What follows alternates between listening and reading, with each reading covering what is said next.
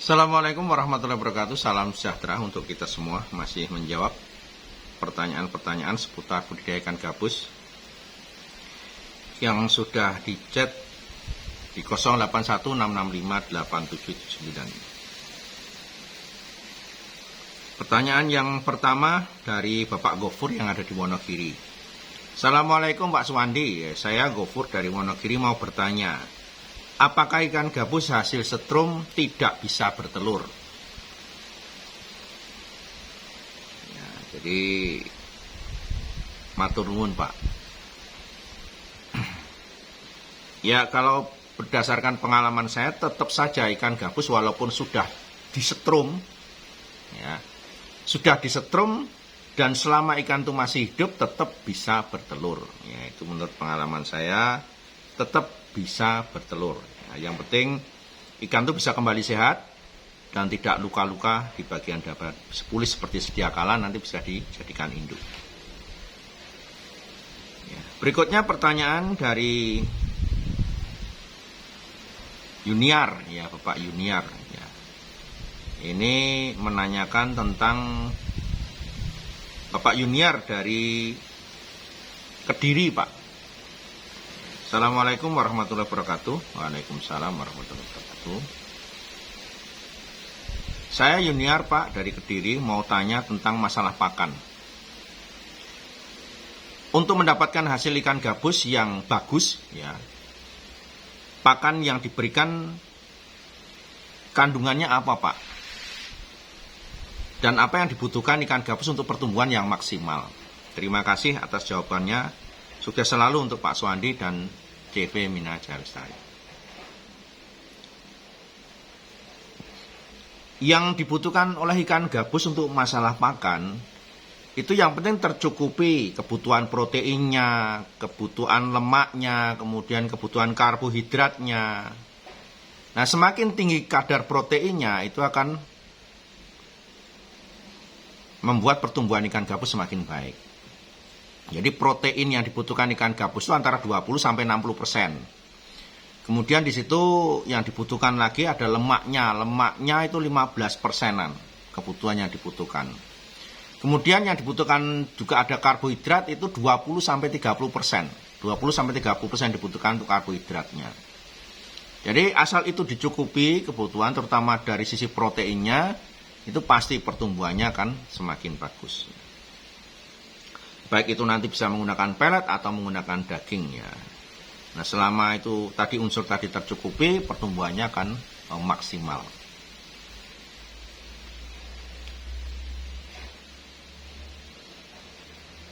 Berikutnya pertanyaan dari ya ada namanya ya. Ya, tolong nih bagi yang mau tanya-tanya ya kasih nama ya, sering saya ingatkan. Namanya siapa? Jadi biar kita bisa saling kenal gitu kan. Pak Suwandi juga bisa mengenal Anda yang di seberang sana. Ya.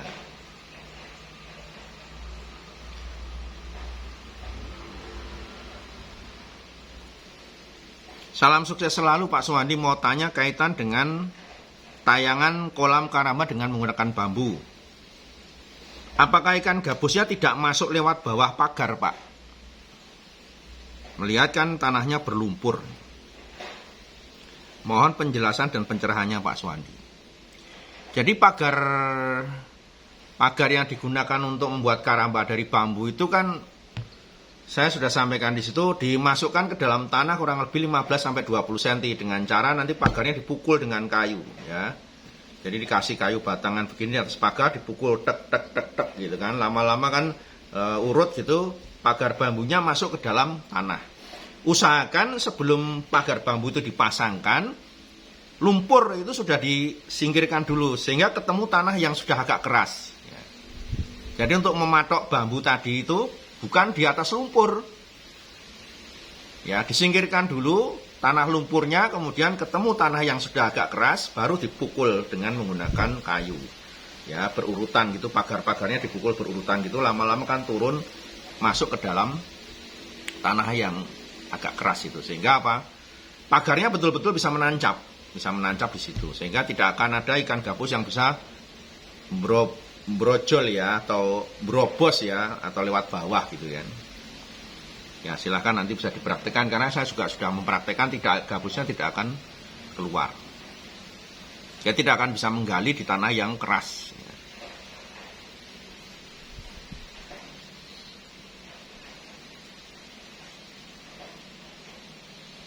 Berikutnya pertanyaan dari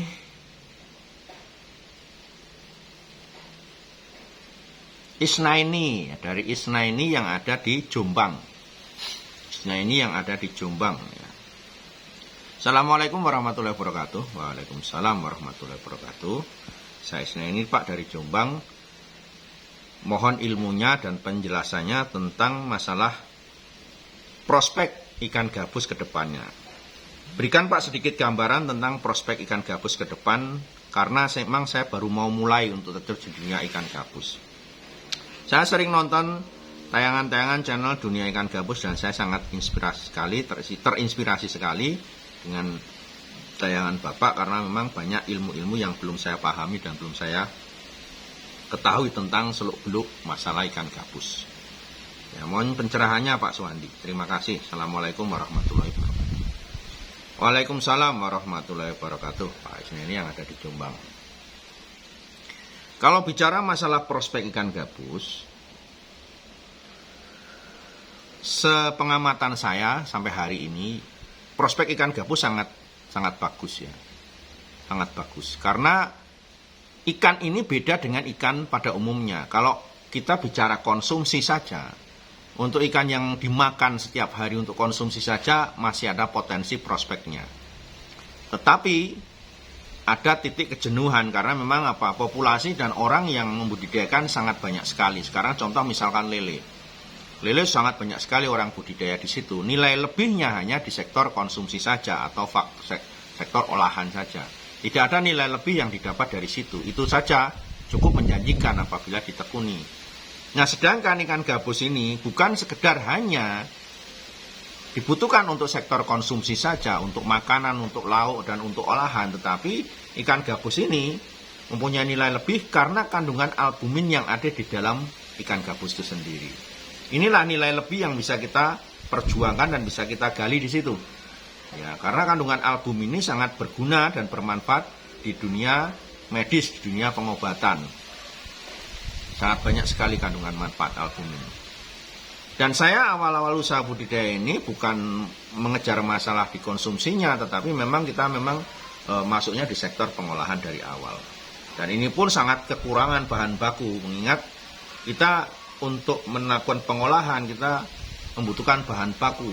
Di mana bahan baku ini sendiri, kalau kita hanya mengharapkan dari tangkapan alam, di populasi di alam semakin lama semakin berkurang. Dan kita pasti akan kekurangan dan kesulitan mendapatkan bahan baku, sementara pengolahan itu sudah berjalan. Ya, jadi kalau bicara masa prospek di sektor budidaya pun juga sangat menjanjikan. Karena dengan budidaya ini kita bisa memperhatikan kontinuitas produk bahan bakunya nanti untuk pengolahan. Ya. Jadi kalau bicara masalah prospek, saya optimis sekali, masih cukup bagus ya. Saya sudah 17 sampai 18 tahun ya menekuni ikan gabus ini, masih sangat kurang sekali.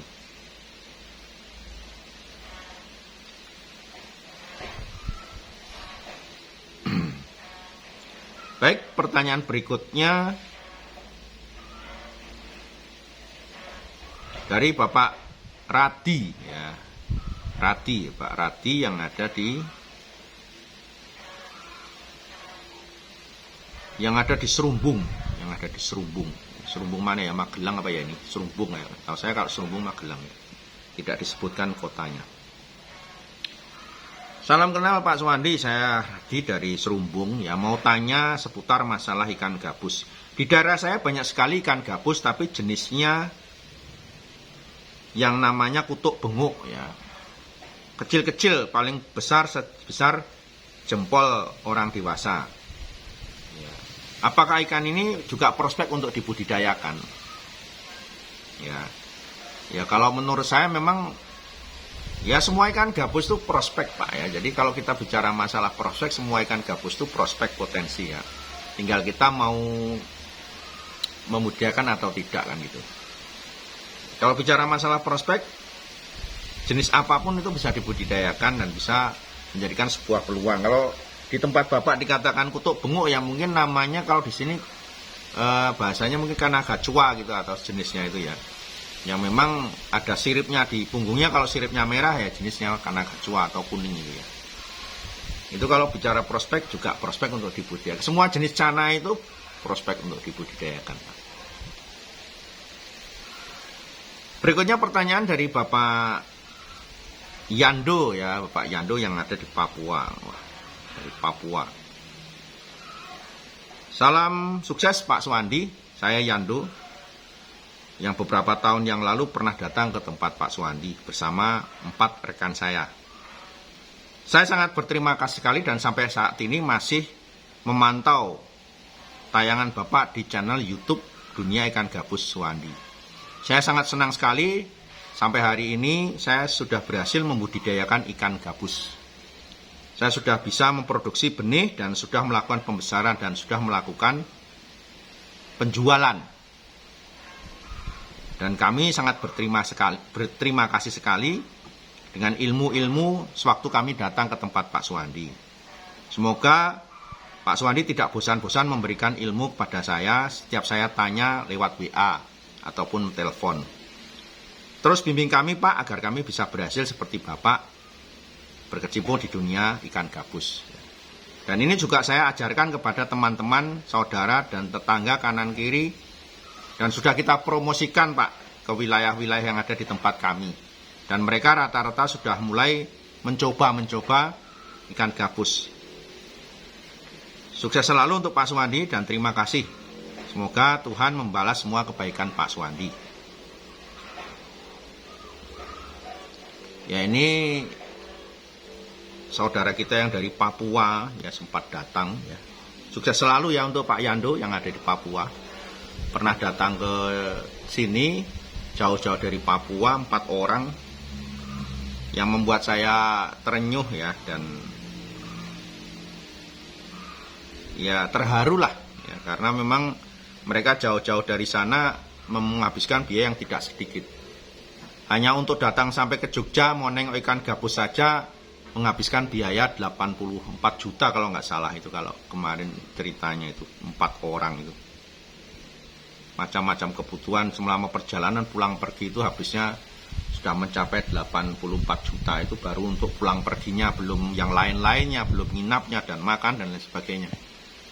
Tapi semangat sekali lah Pak, ya terinspirasi saya juga, dan semoga Bapak Yando dan teman-teman di sana berhasil Pak, sukses selalu dan berkembang ikan gabusnya di Papua. Baik pemirsa, masih tetap di channel Dunia Ikan Gabus, jangan kemana-mana, kita masih akan menjawab pertanyaan-pertanyaan seputar budidaya ikan gabus yang sudah chat di 0816658779. Assalamualaikum warahmatullahi wabarakatuh.